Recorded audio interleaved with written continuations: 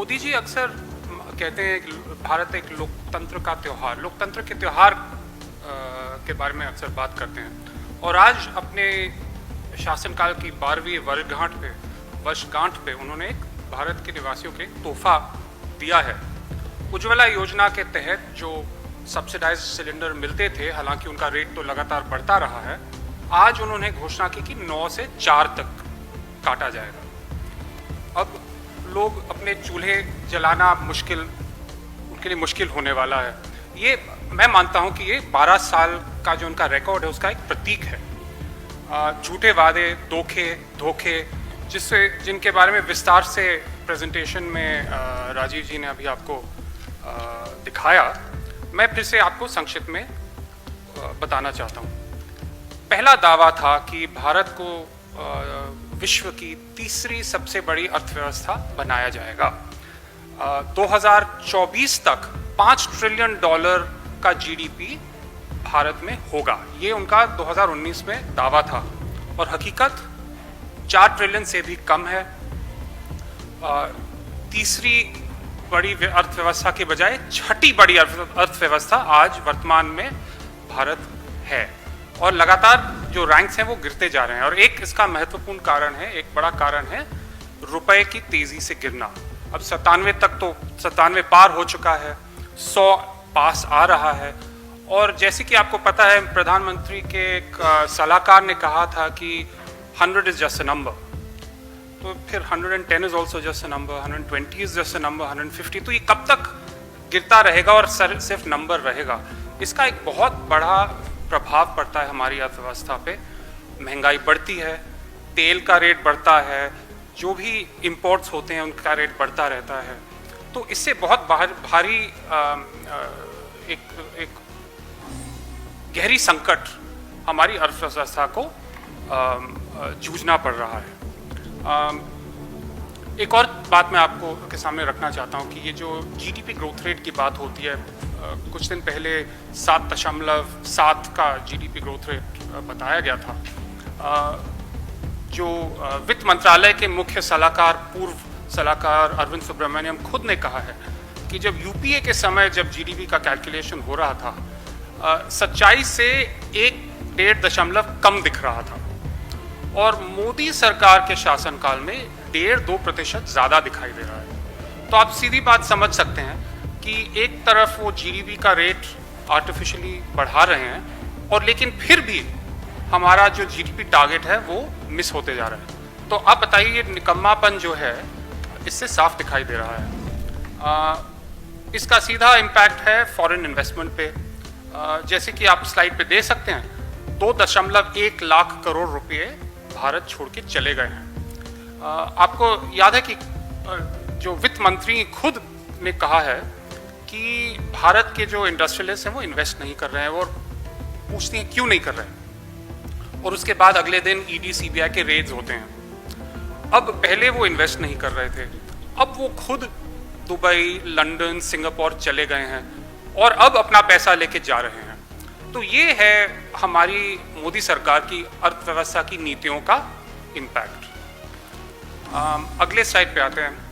तो जो हमारे इंडस्ट्रियलिस्ट हैं वो तो निकल के बच रहे हैं, आम जनता का क्या हो रहा है? तो दूसरा जो वादा था मोदी सरकार का, महंगाई से राहत, और सच्चाई आपके सामने मैं रखना चाहता हूँ। एलपीजी का रेट 2014 और अब के बीच एलपीजी का रेट 123% बढ़ा है, पेट्रोल का 44% बढ़ा है, डीजल का 73% बढ़ा है, दूध का 71% बढ़ा है और दाल का 84% बढ़ा है। तो ये है रिकॉर्ड मोदी सरकार की महंगाई के राहत का। एक और उन्होंने बात की थी, क्योंकि महंगाई की बात तो हो गई, अब रोजगार पे आते हैं, कि भारत को विश्व में एक रोजगार का केंद्र बना देंगे। अब ये तो हंसने वाली बात आज लग रही है, लेकिन उन्होंने ये कहा था और उनकी डिलीवरी क्या रही? 10 में से 4 युवा बेरोजगार हैं, 18.4 शहरी युवा बेरोजगार हैं। और इसके अलावा कुछ कहने की जरूरत नहीं, क्योंकि देश का युवा जानता है कि सच्चाई क्या है। अब अगले साइड पे आते हैं। एमएसएमईज यानी सूक्ष्म लघु मध्यम उद्योग। आपको आश्चर्य होगा कि पिछले साल 40,000 MSMEs बंद हुए। उनको दरवाज़ा बंद करना पड़ा, उनके सारे वर्कर्स जो भी थे उनको छोड़ना पड़ा। और 3 साल पहले 6,222 थी ये संख्या, अब 40,000 MSMEs बंद हो चुके हैं। उन्होंने अनेक घोषणाएं की थी, उन्होंने कहा था मुद्रा योजना, फलानी योजना, बहुत चीज़ों के बारे में बातचीत हुई, दावा हुआ था, और हकीकत है कि 40,000 MSMEs बंद हुए पिछले साल। और जो 99% जब अर्थव्यवस्था में प्रगति तभी होती है जब छोटे जो बिजनेसेस हैं वो बड़े हो जाते हैं, जैसे कहते हैं स्केल अप हो जाना। और 99% जो MSMEs हैं वो छोटे के छोटे रहते हैं, ना उनको पैसा मिलता है, ना उनको ट्रेनिंग मिलती है, ना उनको सपोर्ट मिलता है, तो इसी कारण वो वहीं के वहीं रह जाते हैं। और ये है 12 साल के बाद मोदी सरकार का रिकॉर्ड। फिर उन्होंने कहा था एग्रीकल्चर के बारे में, आप सबको याद है, किसान की आम की आय दुगनी करेंगे।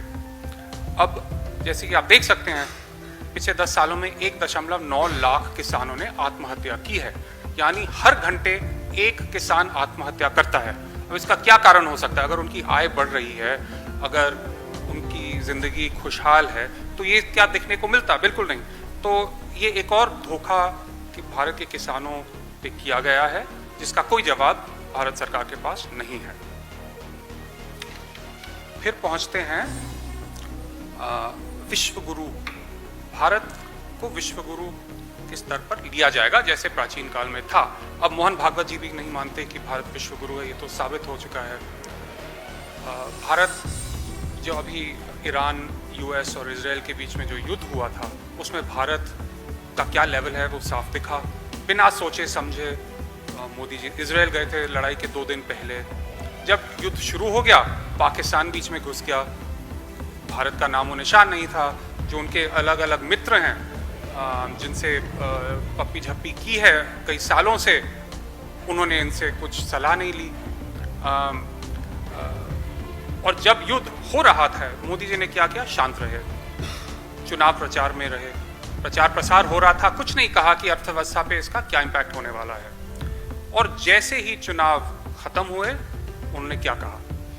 1 साल सोना मत खरीदो, पेट्रोल डीजल का इस्तेमाल मत करो, घर से काम करो, खाद बचाओ, और देश के बाहर मत, छुट्टी के लिए मत घूमो। और फौरन अगले दिन जहाज में बैठे और उनकी अपनी आयावारी शुरू हो गई। 500 करोड़ का खर्च हुआ है उनके फॉरेन ट्रिप से 2021 और 25 के बीच। इसे ये कहते हैं ऑस्टेरिटी। तो ये उनके फॉरेन पॉलिसी का की यही हालत है। अब जो ये युद्ध हुआ और हॉर्मुज़ का स्ट्रेट अभी भी बंद है जैसे आपको पता है, तो ना LNG आ रहा है, ना LPG आ रहा है, ना कोई पेट्रोलियम आ रहा है। और इसका क्या असर पड़ेगा इंडिया पे? तो पहले उन्होंने अगले स्लाइड पे आते हैं, उन्हें कहा था कि भारत खाद के उत्पादन में आत्मनिर्भर होने वाला है। और सच्चाई ये है कि जो LNG है जिससे खाद यूरिया बनता है भारत में, क्योंकि भारत में यूरिया का उत्पादन होता है, वो 25% कम हो चुका है। और जो गैस की कमी के कारण जो 25 लाख टन्स यूरिया का उत्पादन होता था, मार्च में 15 लाख तक घट गया है। तो इसका सीधा असर हमारे किसानों पे पड़ने वाला है और आने वाले महीनों में आप ये देख सकते हैं। तो एक तरफ सप्लाई कम हो रहा है, एक तरफ रेट बढ़ रहा है, तो इसका हर एक देख सकता है कि इसका क्या होने वाला है। फिर आते हैं शिक्षा पे। अब मोदी सरकार ने कहा था कि शिक्षा का आधुनिकीकरण किया जाएगा 21वीं शताब्दी के लिए। और सच्चाई क्या है?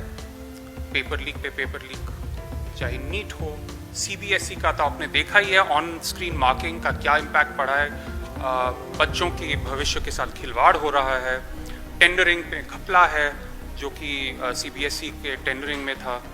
तो ये सब, अब इससे ज़्यादा कहने की क्या ज़रूरत है? 89 पेपर लीक्स, 48 री एग्जामिनेशंस पिछले 10 साल में।